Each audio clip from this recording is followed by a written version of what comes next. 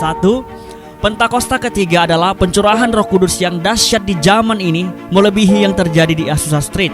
2. Pentakosta ketiga akan mengakibatkan penuaian jiwa yang terbesar dan yang terakhir sebelum Tuhan Yesus datang kembali. 3. Pentakosta ketiga akan membangkitkan generasi Yeremia, yaitu anak-anak muda yang dipenuhi Roh Kudus, cinta mati-matian kepada Tuhan Yesus, tidak kompromi terhadap dosa, dan akan bergerak untuk memenangkan jiwa. 4. Pentakosta ketiga lahir di Indonesia dan bergerak ke bangsa-bangsa. Gerakan ini dari timur ke barat dan akan kembali ke Yerusalem. 5. Pentakosta ketiga akan memberikan kuasa untuk menyelesaikan amanat agung, dan setelah itu Tuhan Yesus datang kembali. Shalom saudara, saya berdoa kita semua terus ada dalam perlindungan dan penyertaan Tuhan. Ada pertanyaan, bagaimanakah seseorang dapat mempersembahkan persembahan yang hidup, kudus, dan berkenan kepada Allah? Voice of Pentecost kali ini, kita akan membahas paradigma baru dalam melakukan ibadah yang sejati. Pada masa pandemi COVID-19, tentunya kita memiliki kesulitan untuk melakukan pelayanan atau kegiatan rohani. Dalam Roma 12 ayat 1 dan 2, Rasul Paulus menasihatkan kita untuk mempersembahkan tubuh kita sebagai persembahan yang hidup, yang kudus, dan yang berkenan kepada Allah sebagai ibadah yang sejati. Sedangkan saat ini kita tidak bisa beribadah di gereja. Apakah ayat ini masih relevan? Ada beberapa kata yang harus kita perhatikan maknanya. Yang pertama, kata hidup. Hidup yang dipakai berasal dari kata Yunani, zao, yang secara harfiah berarti bernafas atau tidak mati. Bukan hanya itu saja, kata ini juga mengandung makna segar, kuat, dan efisien. Yang kedua, kudus. Kata kudus yang dipakai di sini berasal dari kata Yunani, hagios, yang secara harfiah berarti sakral atau murni, tidak bercacat secara moral. Orang percaya yang dikuduskan artinya dipisahkan dan disiapkan untuk setiap pekerjaan yang mulia. Yang ketiga, berkenan kepada Allah. Kata berkenan yang dipakai di sini berasal dari kata Yunani, evarestos, yang secara harfiah berarti menyenangkan atau dapat diterima. Dari ketiga makna tersebut, kita dapat memahami bahwa mempersembahkan tubuh kepada Tuhan haruslah menggunakan seluruh potensi atau karunia yang terbaik yang kita miliki, disertai dengan pertobatan dari dosa, berjalan sesuai dengan kehendak Allah, bukan sesuai keinginan kita. Dengan melakukan itu semua, kita sedang melakukan ibadah yang sejati. Dalam konteks perjanjian lama, pemahaman persembahan sebelumnya selalu merujuk kepada hewan kurban. Dan hewan yang mau dipersembahkan haruslah tidak bercacat celah. Namun, karena Kristus telah mati bagi kita di atas kayu salib, maka Paulus menekankan bahwa tubuh kitalah yang menjadi persembahan itu sendiri. Artinya, dimanapun kita berada, kita sedang beribadah kepada Tuhan. Ada 3 cakupan di mana kita bisa melakukan ibadah yang sejati. Yang pertama, keluarga. Keluarga adalah persekutuan gereja dalam ukuran yang terkecil. Dalam keluarga ada peran sebagai orang tua, suami, istri, dan anak. Apapun peran yang sudah Tuhan tetapkan bagi kita harus kita jalani dengan sepenuh hati. Kehendak Allah di dalam keluarga kita dapat dilihat dari Efesus 5 ayat 22 sampai 28 dan Efesus 6 ayat 1 sampai 4. Sebagai pasangan suami istri harus menjaga kekudusan dengan setia pada pasangannya. Sebagai orang tua, mendidik anak dengan nilai-nilai firman Tuhan. Sebagai anak, kita bisa menghormati dan berbakti kepada orang tua kita. Yang kedua, lingkungan pekerjaan. Kita dipanggil tidak hanya untuk bekerja, tetapi harus menghasilkan buah. Dan lakukan suatu hal yang lebih dari yang diminta atau do extra miles. Seperti pimpinan yang selalu mendukung bawahannya untuk bekerja lebih produktif dan tidak lupa untuk memberikan apresiasi untuk setiap pekerjaan yang telah dikerjakan. Sedangkan kita yang bekerja dapat do extra miles dengan bertanggung jawab dan proaktif untuk melakukan pekerjaan dan memberikan hasil yang terbaik. Nasihat Rasul Paulus bahwa apapun yang kita perbuat dengan segenap hati, seperti untuk Tuhan dan bukan untuk manusia. Pekerjaan dan ibadah adalah satu kesatuan. Melakukan yang terbaik dalam setiap aspek pekerjaan kita adalah wujud nyata dari ibadah kita kepada Tuhan. Yang ketiga, Lingkungan sekitar. Manusia adalah makhluk sosial dan kita lahir di bangsa ini yang memiliki keberagaman. Dalam masa pandemi saat ini, pasti makin banyak orang yang merasakan imbasnya. Disinilah peran kita orang percaya untuk memperhatikan dan membantu kelangsungan hidup mereka. Amsal 19 ayat 17 menulis, siapa menaruh belas kasihan kepada orang yang lemah, memiutangi Tuhan yang akan membalas perbuatannya itu. Inilah saatnya kita menolong orang di sekitar kita yang mengalami kesusahan. Seperti apa yang dikatakan Ibrani 13 ayat yang ke-16. Dan janganlah kamu lupa berbuat baik dan memberi bantuan. Sebab korban-korban yang demikianlah yang berkenan kepada Allah. Sekarang kita memahami bahwa kehadiran kita di dalam keluarga, lingkungan pekerjaan, dan lingkungan sekitar adalah wujud nyata dari paradigma baru dalam mempersembahkan tubuh sebagai persembahan yang hidup, kudus, dan berkenan kepada Allah di zaman ini. Jadi, yes, Roma 12 ayat 1-2 masih sangat relevan di zaman sekarang. Saudara dan saya dipanggil untuk menjadi persembahan yang hidup dimanapun Tuhan tempatkan kita. Ingatlah bahwa kita orang percaya yang akan menjadi perpanjangan tangan Tuhan untuk melakukan pekerjaan-pekerjaan yang ajaib. Sehingga banyak orang mengenal Kristus melalui hidup kita. Saudara, untuk penjelasan lebih lengkapnya dari tim teologi kami, silakan buka link yang ada di atas atau scan QR Code yang tersedia. Salam integritas, Tuhan Yesus memberkati.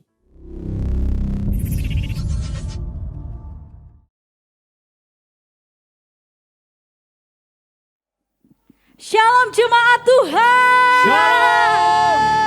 Apa kabar Bapak Ibu Saudara pada hari ini? Yang luar biasa suarakan haleluya. Haleluya. Katakan Yesus dahsyat. Yesus dahsyat. Mari sama-sama kita katakan pujian ini. Mari Bapak Ibu Saudara, kita bertepuk tangan di atas kepala.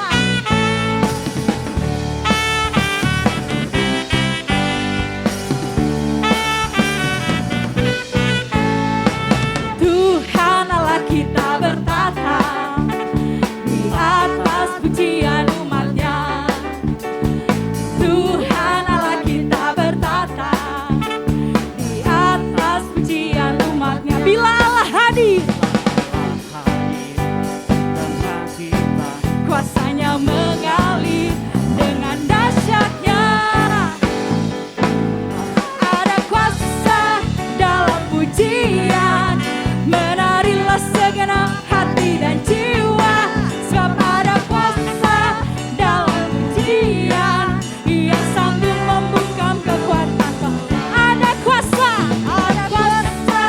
dalam pujian, bernyanyilah segenap hati dan jiwa.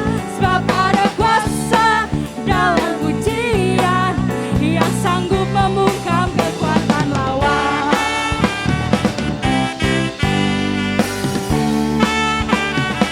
Mari Bapak Ibu dengan iman katakan, Tuhan Allah kita bertata di atas pujian umatnya. Tuhan Allah kita bertata di atas pujian umatnya. Bila Allah ada di tengah kita, kuasanya mengalir dengan dahsyatnya.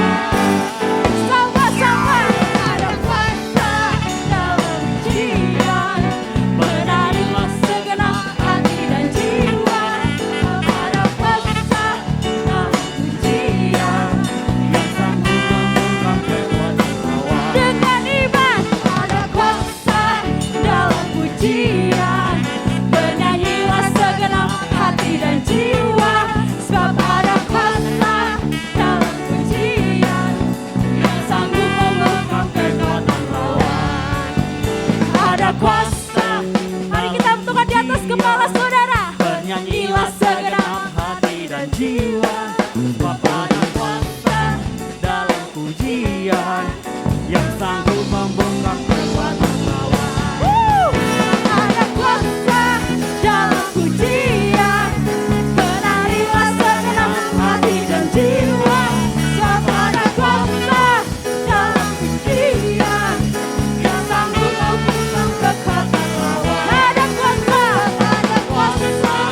dalam pujian.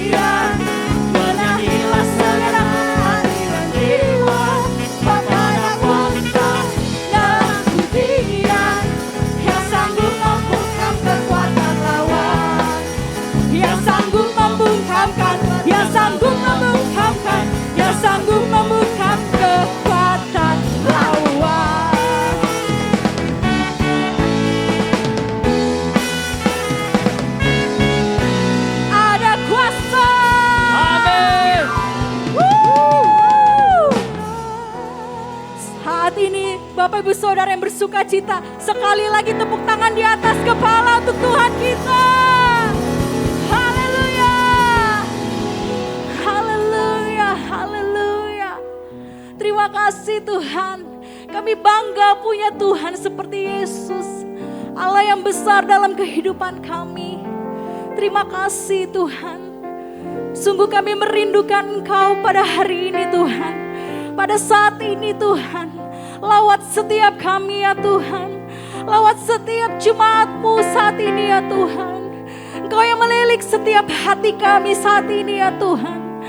Terima kasih Bapa. Oh terima kasih Tuhan. Dia baik saudara. Dia baik buat setiap kita. Sungguh kami merindukan Engkau Tuhan. Sungguh hati kami merindukan Engkau. Haleluya. Oh Roh Kudus hadir, Roh Kudus hadir. Kau melawat setiap kami Tuhan. Terima kasih.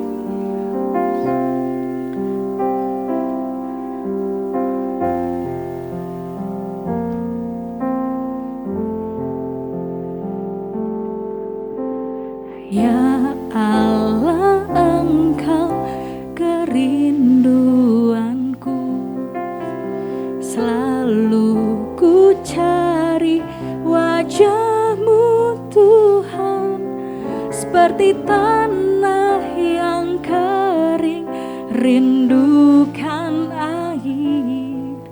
Demikianlah jiwaku rindu Engkau. Ku memandang-Mu di tempat kudus, dan ku melihat kemuliaan-Mu.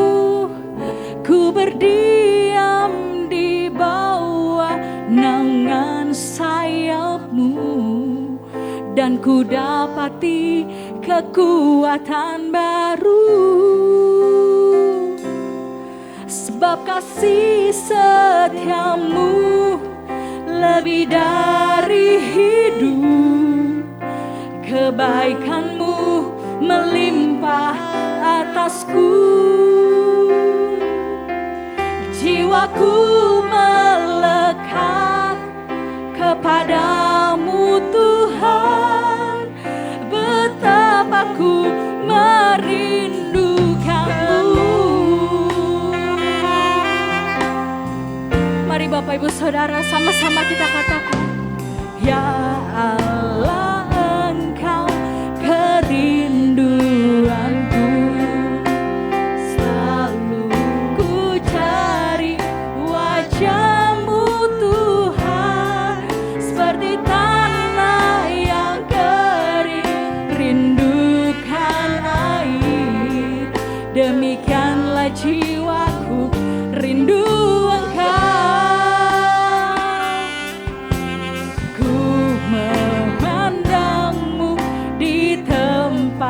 Kudus, dan ku melihat kemuliaan-Mu. Ku berdiam di bawah naungan sayap-Mu, dan ku dapati kekuatan baru.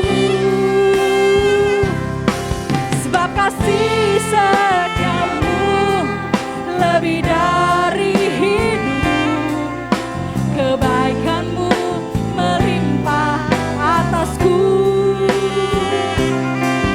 Jiwaku melekat kepadamu Tuhan, betapa ku merindukan-Mu.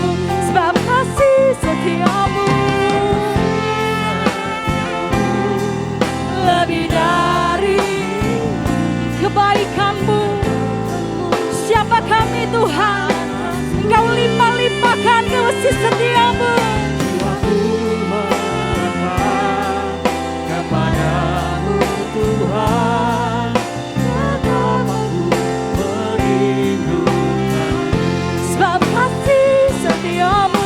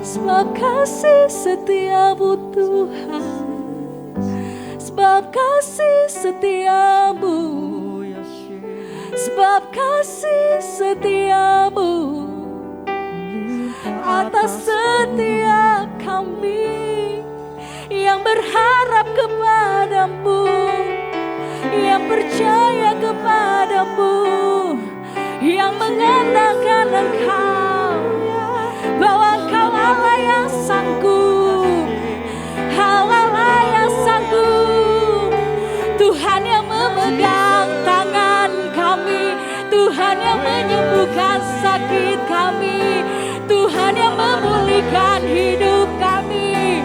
Haleluya.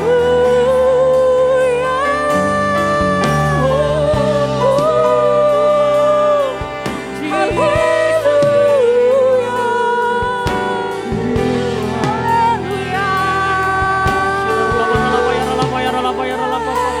Haleluya.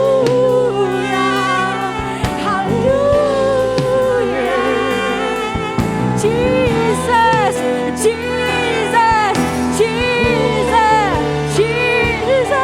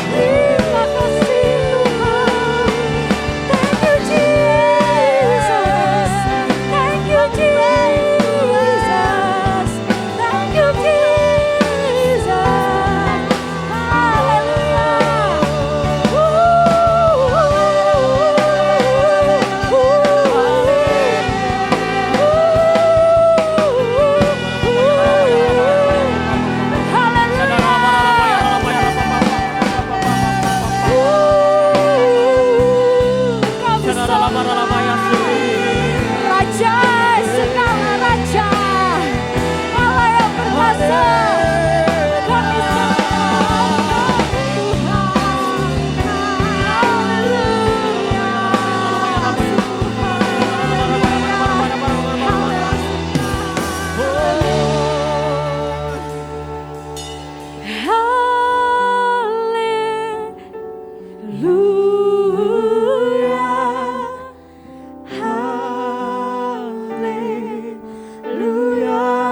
Mari Bapak Ibu Saudara sambil mengangkat kedua tangan,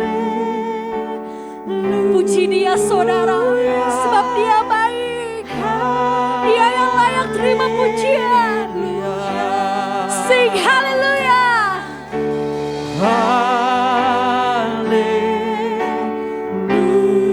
Kau yang layak kami tinggikan Tuhan.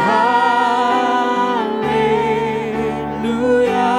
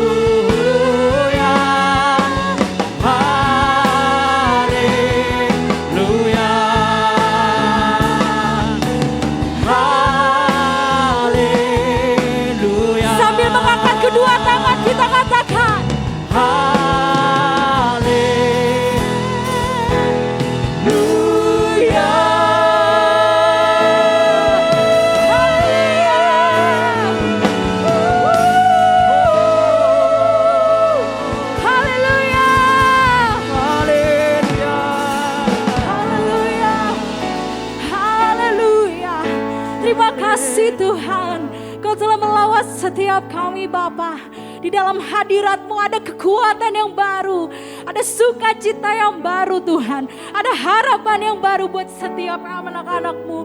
Terima kasih Tuhan, terima kasih buat setiap kita yang siap menerima berkat dari firman Tuhan. Sama-sama katakan, amin.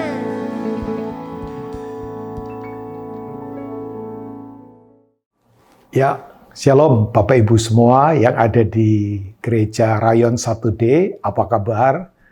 Ini sebuah kepercayaan yang Tuhan berikan buat saya untuk bisa sharing isi hati Tuhan lewat ibadah online pada hari ini. Saya bersyukur pada Tuhan, ya kita selalu beroleh kemurahan untuk hari ini kita bisa ada sebagaimana ada.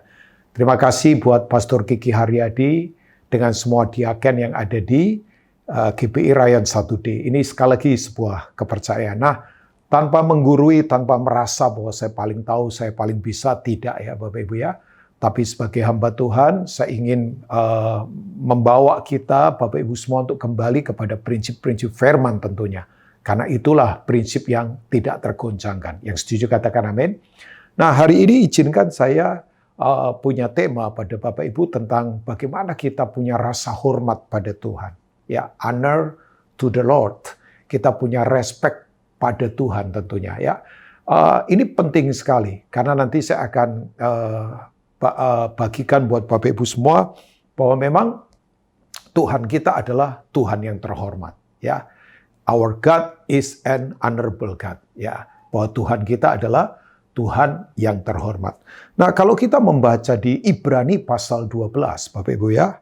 Bapak Ibu nanti bisa membaca dari ayat pertama sampai ayat yang ke-29 tentunya. Tapi saya hanya akan membaca 2 ayat saja. Ya, hari-hari ini kitab Ibrani lagi banyak digenapi Bapak Ibu, terutama di pasal 12. Nah, secara teologi isi dari kitab Ibrani itu adalah for better life, untuk hidup yang lebih baik. Ya, jadi di dunia ini makin lama kita tidak akan makin baik. Ya, kondisi tidak akan makin baik, keamanan tidak akan makin baik, semua hal akan tidak makin baik. Tapi saya yakin hanya dalam Tuhanlah kita akan semakin baik. Jemaat Rayon 1D yang percaya katakan amin. Karakter kita makin baik, pengenalan kita akan Tuhan makin baik, kemudian apa? Pengorbanan kita akan makin baik. Ya, itu tuh hanya ada di dalam Tuhan.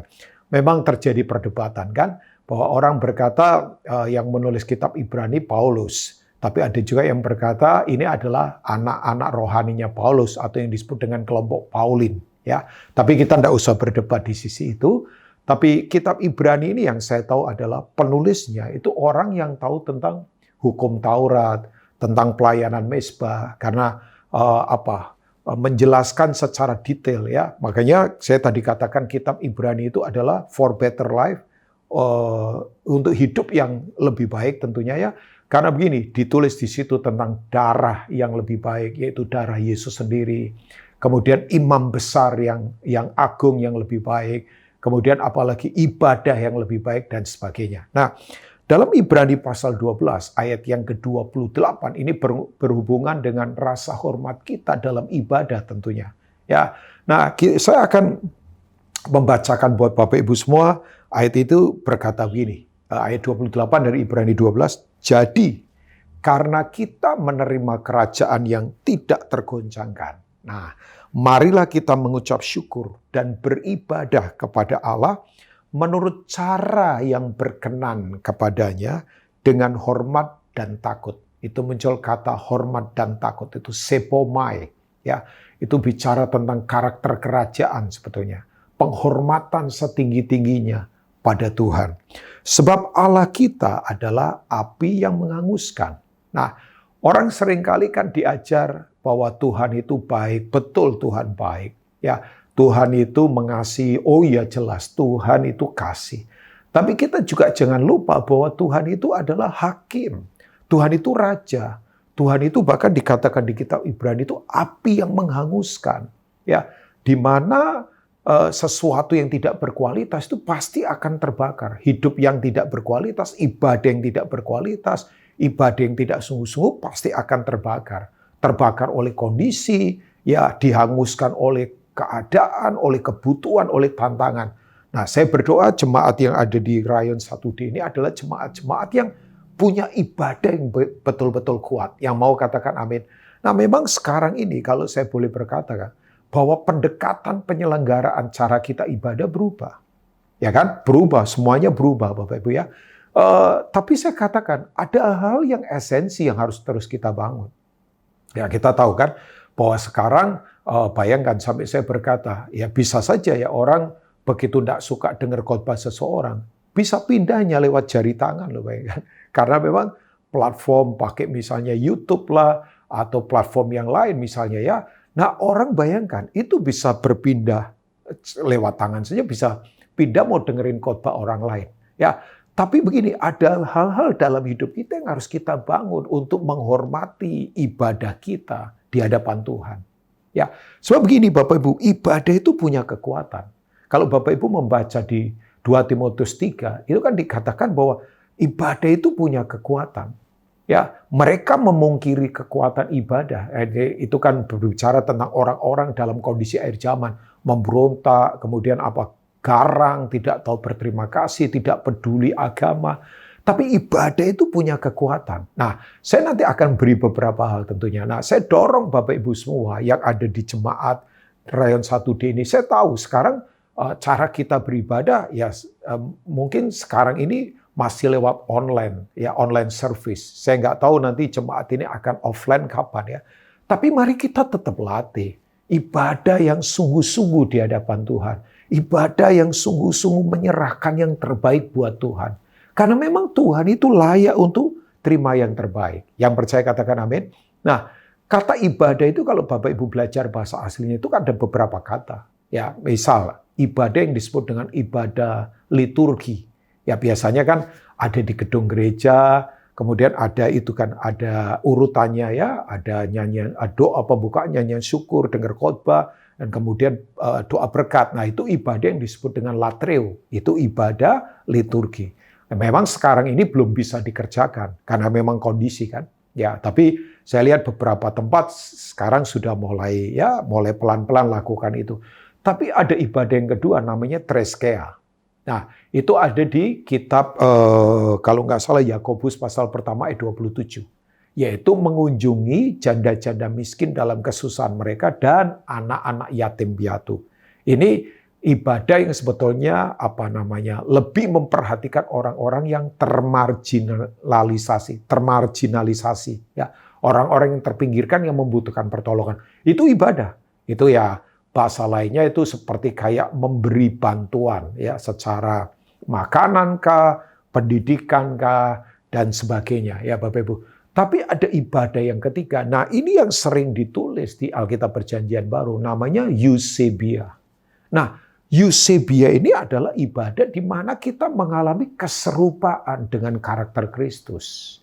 Makanya kalau orang pikir bahwa ibadah itu hal biasa, enggak Bapak Ibu. Ya, mungkin ya. Udahlah, santai-santai saja. Wong ibadah pakai online kok. Ya, tapi kan kita harus tahu begini, Tuhan itu melihat hati kita. Bahkan Tuhan itu kan melihatnya sesuatu yang mungkin orang lain tidak lihat. Tapi Tuhan melihat, Bapak Ibu. Oh iya. Makanya saya belajar dalam hidup ini. Bahwa saya melayani, misalnya seperti ini, dipercaya melayani oleh GBI Rayon 1D. Ya, dalam hal ini Pastor Kiki yang minta saya, ya sekali lagi ini sebuah kepercayaan, saya akan melayani dengan segenap hati. Saya punya persiapan, saya berdoa, Tuhan, apa yang Engkau mau sampaikan buat jemaat ini? Ya, karena saya tahu begini, ibadah itu punya kekuatan yang luar biasa, Bapak. Ibadah itu punya kekuatan untuk mengubah kehidupan kita. Ya, makanya saya punya prinsip dalam hidup. Kalau Bapak Ibu itu mau jadi orang yang maksimal, ya, kalau saya katakan maksimal, bukan sekedar ngomong soal hanya uang banyak, bukan itu. Kan banyak orang kaya belum tentu maksimal. Ya, tapi kalau kita mau maksimal dalam kehidupan, kita itu harus selalu punya prinsip gini. Jadilah orang yang benar, ada di waktu yang benar, ada di tempat yang benar, mengerjakan hal yang benar. Nah, semua itu hanya didapat waktu kita berjumpa dengan ibadah kita di hadapan Tuhan. Ya, makanya pemazmur berkata kan dalam Mazmur pasal yang ke-84 kan, Itu Mazmurnya Bani Korah ya. Bapak Ibu hafallah Mazmur 84 ayat 11. Korah itu artinya botak, gundul. Korah itu punya pelayanan kelihatannya sederhana, yaitu menjadi penjaga pintu bait Allah. Tapi itu kan pelayanan cutting edge itu ada di depan itu. Itu frontline ministry itu pelayanan ada di frontline itu di garis depan. Nah, Korah berkata begini, lebih baik 1 hari di pelataranmu daripada 1000 hari di kemah-kemah orang fasik. Artinya begini, 1 hari di dalam ibadah itu kualitasnya melebihi 1000 hari orang di tempat-tempat fasik. Jadi bayangkan 1 banding 1000 kualitasnya jauh banget. Makanya orang yang ibadahnya kuat itu akan lain. Nah, saya mendorong Bapak Ibu tanpa menggurui tentunya ya. Yuk sungguh-sungguhlah dalam ibadah. Ya mungkin sekarang sekali lagi ya alatnya atau caranya kita masih memakai online. Tapi hormati ibadah dengan sungguh-sungguh. Ya biar kita itu nggak usah cari pujian manusia. Nggak perlulah misalnya sampai dikontrol-kontrol sama pemimpin. Oh ini gimana? Nggak perlu. Karena ini respect kita di hadapan Tuhan. Kan saya hari ini sharing tentang kita punya respect. Kita punya penghormatan. Honor to the Lord. Kita punya hormat pada Tuhan yang adalah api yang menghanguskan. Bayangkan. Wow, itu hal yang perlu kita sungguh-sungguh cermati jemaat ya. Nah, saya akan tarik beberapa hal penting ya. Bapak Ibu, sekali lagi ibadah itu punya kekuatan. Ya, makanya misalnya 1 Timotius 6 berkata, ibadah kalau disertai rasa cukup itu mendatangkan apa? Keuntungan besar. Keuntungan. Itu kata keuntungan atau bonafit. Itu berasal dari 2 kata kan. Ibraninya Ya'al, kalau Yunaninya agathos. Ya'al dan agathos itu same word itu. Ya, cuman itu bahasa Ibrani dan Yunani. Saya nggak sok-sokan ya Bapak Ibu. Karena saya pengen tahu saja apa sih ya keuntungan itu apa sih. Makanya yang merenungkan firman itu perjalanannya akan berhasil dan akan beruntung kan. Yosua 1 kan Bapak Ibu pasti hafal ayat itu ya. Yosua 1 ayat yang ke-8. Nah kata beruntung itu, Ya'al agathos itu nggak main-main Bapak Ibu.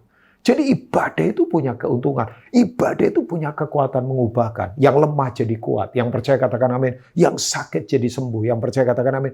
Sebab yang pertama, dalam ibadah itu tujuannya kan satu. Kita berjumpa dengan Tuhan. Face to face. Ya, kita berjumpa dengan Tuhan. Muka dengan muka. Jadi selama Bapak Ibu sekarang ini mengikuti online service misalnya. Karena memang keadaan ya. Tapi saya yakin dalam anugerah Tuhan segera nanti mungkin saya nggak tahu mungkin gereja ini akan segera akan onsite dengan prokes yang kuat dan sebagainya.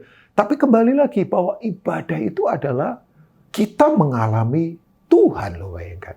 Ya ada satu prinsip yang dari dulu saya pegang. Prinsip ini berkata begini, penting atau tidaknya acara itu tergantung siapa yang hadir kan. Ya kan? Satu kali saya datang di sebuah acara pernikahan. Kok banyak aparat di situ? Ternyata ada VIP datang. Ya, saya nggak tahu. Cuman ada teman yang berkata, oh itu ada VIP datang. Oh iya. Wah, kan jadi acaranya jadi kelihatan penting sekali. Ya ini contoh saja, Bapak. Nggak harus begitulah. Tapi maksudnya begini, betul kan? Makanya kalau misalnya ya, orang tua suka hadir di acaranya anak-anak, penerimaan rapot lah atau penerimaan apa ya hasil ujian ya penerimaan rapot ya kemudian lagi mereka tampil sesuatu di acara Christmas atau acara Paskah gitu ya waktu kita hadir kan mereka menganggap penting saya ini karena papa mama saya hadir. Nah dalam ibadah bayangkan yang hadir itu raja segala raja. Yang setuju katakan amin Bapak Ibu ya. Bahwa yang hadir itu raja segala raja. Itu pasti ada sesuatu yang betul-betul luar biasa. Coba bayangkan. Ya, Bapak Ibu, saya nanti mengajak Bapak Ibu, kalau pas lagi perenungan, Bapak Ibu boleh membaca itu, Lukas 8 ayat 40 sampai seterusnya, atau di sinopsisnya, Injil yang sama menulis itu ada di Markus pasal yang ke-5.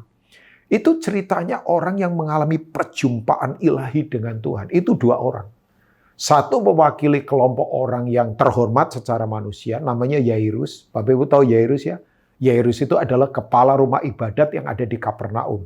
Itu jenjang untuk dapat ke sana itu tidak gampang. Makanya saya suka berkata sama teman-teman, sekarang ini orang ya gampang sekali ya jadi pendeta ya. Wah, begitu apa sedikit pendeta. Padahal ya oke lah. Tapi begini, untuk jadi pelayan Tuhan itu step-stepnya, wah, proses itu. Pembentukan dan sebagainya, Bapak Ibu ya. Nah, Yairus ini orang terhormat.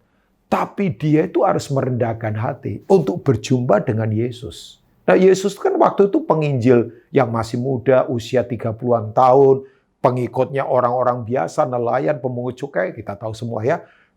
Tapi yang luar biasa, Yairus itu orang segenap hati loh Bapak. Dia tanggalkan kesombongan, dia tanggalkan dia rasa hebat, dia merendahkan hati. Nah, saya tahu begini Bapak, kalau kita masuk ke situasi itu tidak enak loh. Orang-orang Yahudi mungkin akan omongin dia, ini orang terhormat, kok mau tanggalkan semua ini untuk ketemu orang ketemunya di sebuah perjalanan kan. Ya, nah kemudian Yairus datang karena anaknya yang usia 12 tahun sakit keras dan bahkan mati kan nantinya. Ya di ujung cerita di Lukas 8 ayat 40 dan seterusnya itu mati walaupun anaknya nanti dibangkitkan oleh Yesus. Tapi dalam perjalanan itu tiba-tiba dia diinterupsi oleh sebuah kejadian. Padahal dia yang pertama datang loh. Makanya betul ya, first come, not first serve. Yang datang pertama belum tentu dilayani pertama. Ya, tapi jangan marah. Ya, Yairus itu membiarkan Yesus melayani yang lain dulu. Yang dilayani siapa? Orang yang secara masyarakat dianggap najis, yaitu wanita yang 12 tahun sakit pendarahan. Itu keluar lelehan di alat private-nya dia. Itu saya nggak tahu kanker atau apa. Bayangkan. Jadi kalau saya boleh berkata, 12 tahun yang lalu Yairus tertawa karena anaknya lahir, 12 tahun kemudian Yairus menangis karena anaknya sakit bahkan mati. 12 tahun yang lalu wanita ini menangis karena divonis dokter sakit sampai uangnya habis. Tapi 12 tahun kemudian siapa sangka dia tertawa karena sembuh. Makanya saya harus katakan ya, dalam hidup ini kita tidak bisa kendalikan keadaan loh Bapak Ibu. Ya, ada yang sekarang tertawa, jangan sombong. Kita bisa menangis satu kali. Ada yang sedang menangis sekarang, jangan patah hati. Bisa saja satu kali kita akan ketawa. Cuman yang nggak boleh nangis sambil ketawa. Nah, itu edan namanya, itu gila itu ya. Nah, tapi apa yang terjadi? Ini hal yang luar biasa. Bapak Ibu kalau baca tradisi Yahudi, angka 1 itu kan angka Tuhan ya. Angka 3 angka Tritunggal jelas. Angka 6 angka manusia.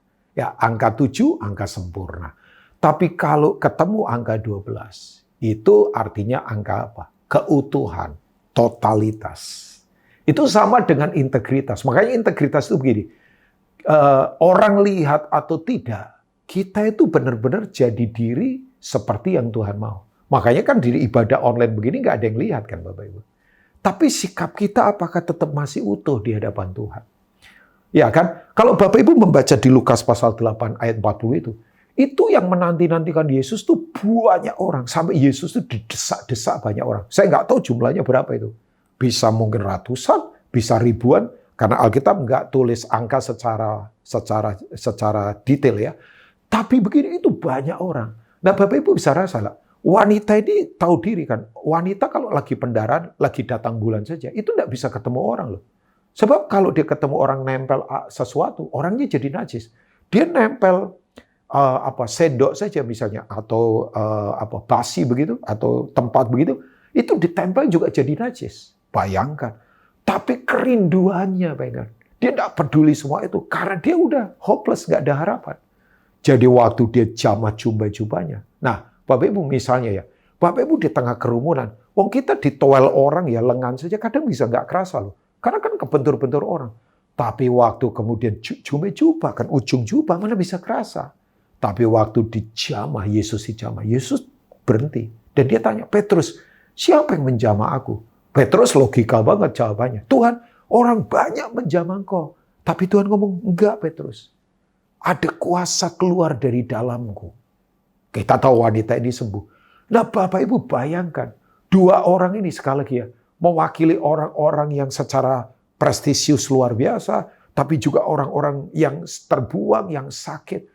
Itu mengalami perjumpaan ilahi dengan Tuhan. Dan dua-duanya mengalami mujizat. Ya, Yairus anaknya kemudian hidup kembali, dibangkitkan oleh Yesus dari antara orang mati. Kemudian wanita ini pun disembuhkan oleh Tuhan. Bahkan Tuhan kasih reward luar biasa. Hai anakku, coba bayangkan. Dipanggil anak sama dia. Ya, anak itu kan punya akses warisan dari bapaknya. Imanmu telah menyelamatkan kau.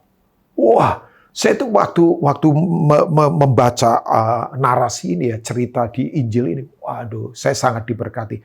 Maksud saya begini, Bapak Ibu, yuk ibadahlah dengan totalitas. Dilihat orang atau tidak dilihat orang, kita punya hati yang totalitas di hadapan Tuhan. Tidak perlu cari pujian dari manusia. Karena Tuhan itu lihat, kan tadi sudah katakan, banyak orang bisa ada di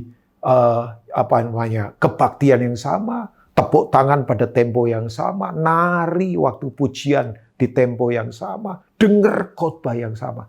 Tapi kenapa hanya orang-orang yang punya totalitas yang dilawan? Karena Tuhan lihat itu. Kok dari banyak ribuan orang itu hanya Yairus dan wanita ini yang dilawan Tuhan? Ya karena mereka totalitas. Nah, jemaat Rayon 1D beribadahlah dengan totalitas. Ya, hati dipersiapkan yang terbaik, ya. Semuanya jangan ibadah kita asal-asalan. Event itu ada di rumah, lagi online. Ya, yuk ibadahlah dengan segenap hati, punya rasa haus dan lapar akan Tuhan. Nah, yang kedua, kenapa kita harus punya respect dalam ibadah kita? Ya, sebab yang kedua begini. Bapak Ibu, di mana ada kehormatan, di situ tuh selalu ada kemuliaan. Yang percaya katakan amin. Jadi kata honor and glory itu selalu terkait.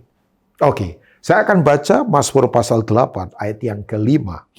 Ini Tuhan itu memahkotai kita. Kata mahkota itu berarti istilah kerajaan kan. Kita tinggal dalam kerajaan yang tidak tergoncangkan. Ibrani 12 yang kita tadi baca. Yang percaya katakan amin. Goncang saja enggak, apalagi ambruk. Bayangkan. Jadi kalau sekarang digoncangkan di mana-mana enggak apa-apa. Kan kita tinggal di kerajaan yang tidak tergoncangkan. Ya, tapi kita harus tahu Tuhan kita api yang menghanguskan. Kita tidak bisa main-main dalam kehidupan. Nah, Mazmur pasal yang ke-8, kita lihat ayat yang ke-5 ya Bapak Ibu. Bisa baca, mungkin nanti di multimedia akan tampilkan di screen, ya. Tapi Bapak Ibu boleh baca di Alkitab Bapak Ibu ya. Mazmur pasal 8. Nah, saya akan bacakan buat Bapak Ibu. Ayat yang ke-5 sampai ayat yang ke-6. Apakah manusia sehingga engkau mengingatnya? Kita ini siapa sih? Debu. Kok Tuhan itu mengingat kita? Apakah anak manusia sehingga engkau mengindahkannya? Ini kan sindiran satir begitu. Ya, seperti siapa sih Rubin Ong? Ya, biasa saja dia. Fasilitasnya nggak ada, sederhana. Tapi kemudian Tuhan berkata begini, namun engkau telah membuatnya. Nya di sini kita ini hampir sama seperti Allah. Ya, not equal ya Bapak Ibu, not equalness ya, but likeness. Kita ini mirip seperti ya. Dan telah memahkotainya dengan apa? Kemuliaan dan hormat. Jadi Tuhan itu taruh kehormatan di dalam kita untuk kita hidup dalam kehormatan untuk menghormati Tuhan. Sebab gini, di mana ada respect, di situ itu selalu ada kemuliaan. Ya, yang mau katakan amin. Bapak Ibu, kata glory of God, kemuliaan Tuhan. Orang Tuhan itu kalau ketemu orang yang hormat pada dia, itu pasti orang itu akan mengalami the glory of God. Saya mau banget. Makanya doa abdi Tuhan Musa dalam Keluaran 33, dia berkata, tunjukkan kepadaku kemuliaan-Mu. Show your glory, Lord. Tunjukkan kemuliaan-Mu ya Tuhan. Karena kemuliaan itu berasal dari kata asli namanya kabod, bahasa Ibrani. Doksa, bahasa Yunani. Kabod doksa itu artinya God quality, kualitasnya Tuhan. Bayangkan.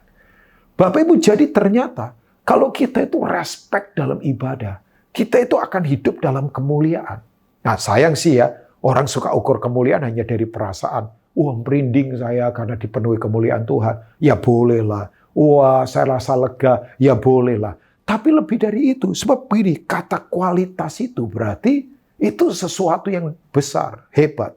Bapak Ibu, ciri barang yang harganya mahal itu karena berkualitas. Ya, saya tidak mengajak saudara mesti harus beli barang mahal. Enggak, bukan itu. Ya, ini contoh saja kok. Tapi memang betul barang kalau berkualitas itu pasti mahal. Dan yang berikutnya lagi, yang nggak main-main, barang itu kalau berkualitas, pasti punya daya tahan. Ada endurance begitu ya. The strong durability itu ada pada sesuatu yang berkualitas. Oh iya dong, hari-hari begini kalau hidup nggak berkualitas, waduh Bapak Ibu, kalau nggak punya daya tahan Bapak Ibu, wah serangannya luar biasa. Kita mesti punya daya tahan dalam kehidupan ya. Jangan jadi Kristen yang nggak punya daya tahan. Makanya betul kan, Alkitab berkata dalam Yesaya pasal yang ke-40 ayat 30 sampai 31. Ya, itu kan anomali banget. Orang-orang muda menjadi letih dan lesu, taruna-taruna jatuh tersandung. Coba bayangkan, usia-usia yang kuat-kuat pada tumbang semua. Makanya dunia kita ini anomali ya.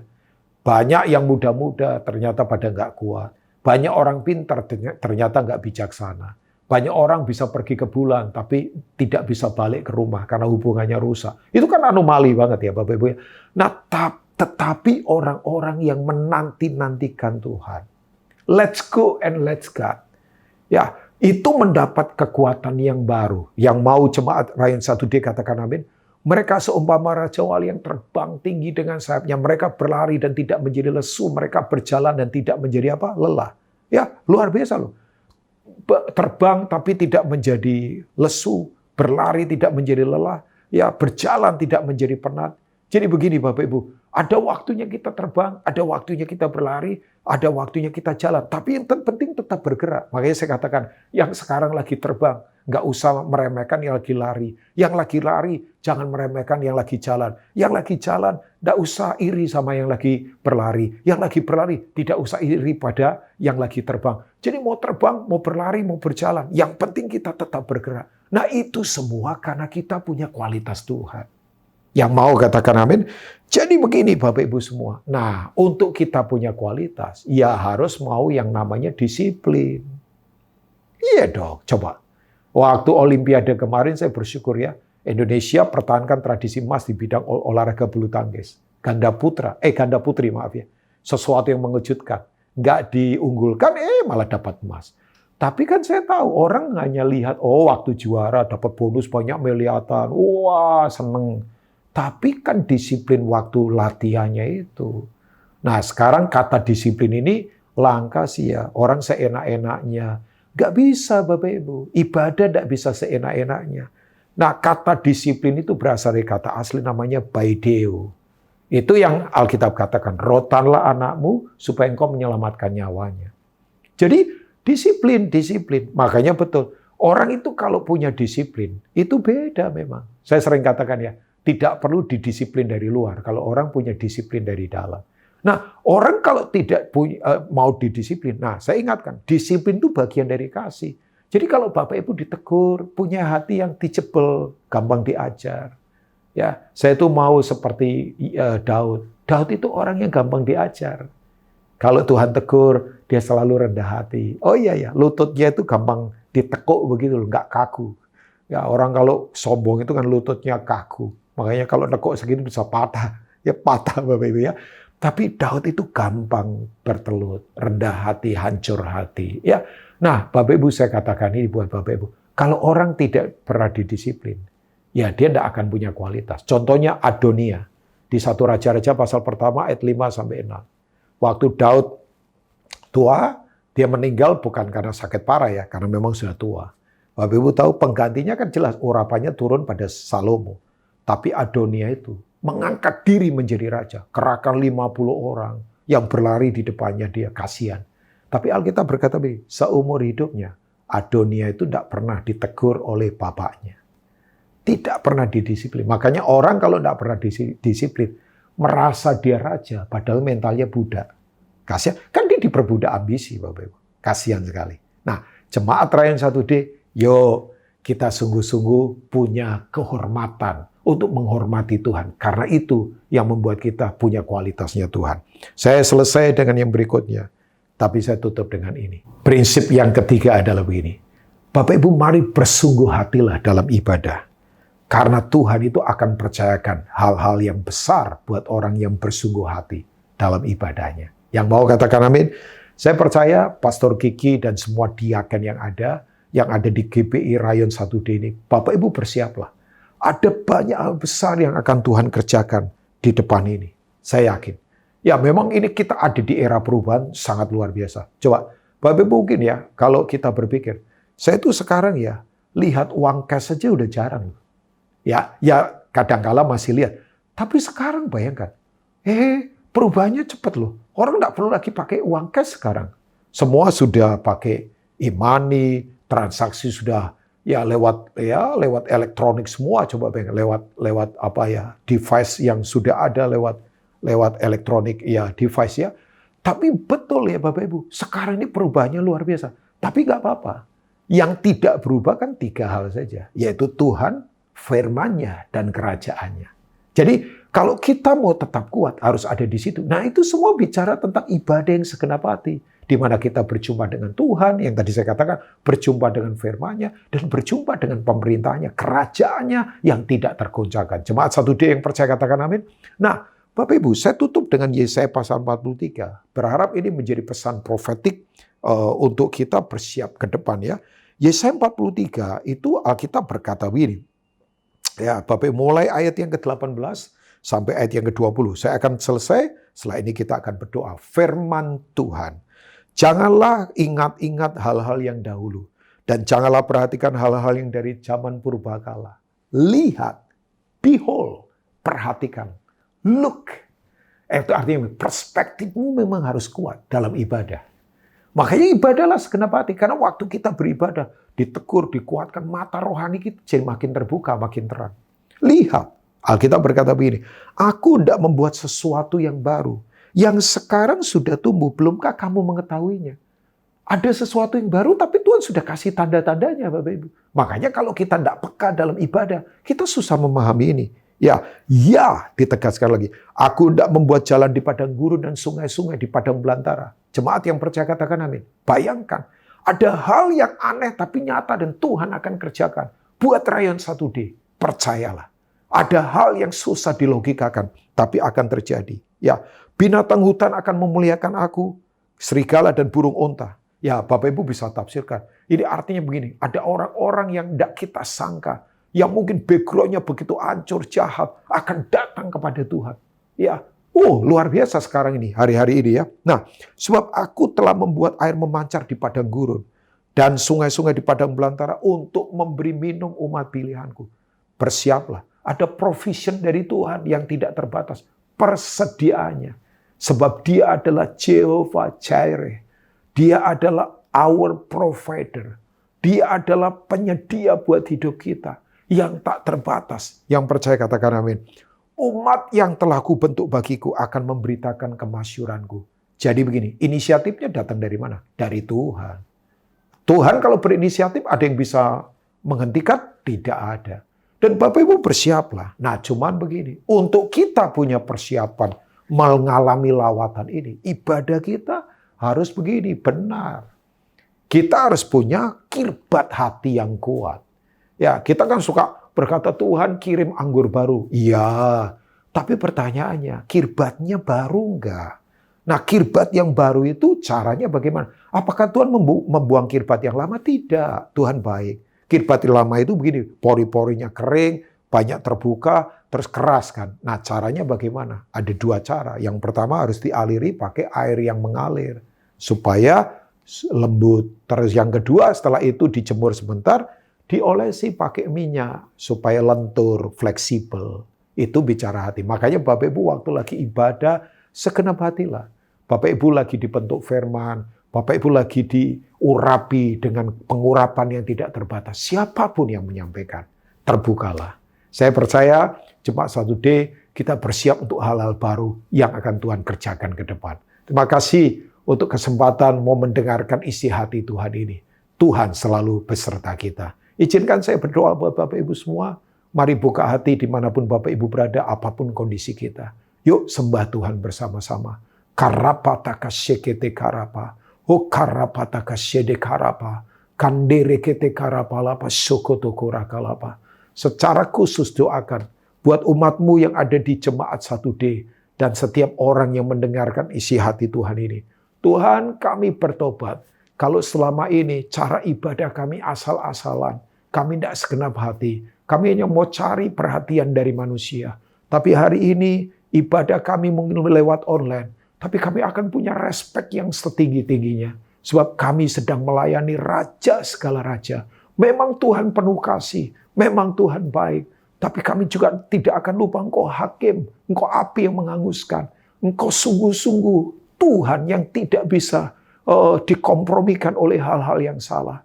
Kami mau hormati Tuhan lebih daripada apapun. Hari ini yang lemah dikuatkan, yang sakit disembuhkan. Hamba berdoa buat Pastor Kiki dengan keluarga, semua diaken, semua jemaat yang lagi mengalami apapun. Tuhan memberkati, Tuhan menolong.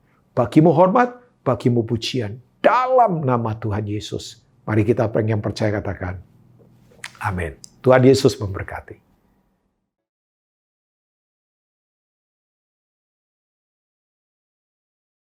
Mazmur 91 ayat 1-16. Dalam lindungan Allah, orang yang duduk dalam lindungan yang maha tinggi dan bermalam dalam naungan yang maha kuasa akan berkata kepada Tuhan, tempat perlindunganku dan pertahananku, Allahku yang kupercayai. Sungguh Dialah yang akan melepaskan engkau dari jerat penangkap burung, dari penyakit sampar dan busuk. Dengan kepaknya, Ia akan melindungi engkau. Di bawah sayapnya, engkau akan berlindung. Kesetiaannya ialah perisai dan pagar tembok. Engkau tak usah takut terhadap kedahsyatan malam, terhadap panah yang terbang di waktu siang, terhadap penyakit sampar yang berjalan di dalam gelap, terhadap penyakit menular yang mengamuk di waktu petang. Walau 1.000 orang rebah di sisimu dan 10.000 di sebelah kananmu, tetapi itu tidak akan menimpa kamu. Engkau hanya menontonnya dengan matamu sendiri dan melihat pembalasan terhadap orang-orang fasik. Sebab Tuhan ialah tempat perlindunganku, yang maha tinggi telah Engkau buat tempat perteduhanmu. Malapetaka tidak akan menimpa kamu dan tulah tidak akan mendekat kepada kemahmu. Sebab malaikat-malaikatnya akan diperintahkannya kepadamu untuk menjaga engkau di segala jalanmu. Mereka akan menantang engkau di atas tangannya, supaya kakimu jangan terjatuh kepada batu. Singa dan ular tedung akan kau langkahi, engkau akan menginjak anak singa dan ular naga. Sungguh hatinya melekat kepadaku, maka aku akan meluputkannya. Aku akan membentenginya, sebab ia mengenal namaku. Bila ia berseru kepadaku, aku akan menjawab. Aku akan menyertai dia dalam kesesakan. Aku akan meluputkannya dan memuliakannya. Dengan panjang umur akan kukenyangkan dia, dan akan kuperlihatkan kepadanya keselamatan daripadaku. Amin. Stay healthy. God bless you. Bye-bye.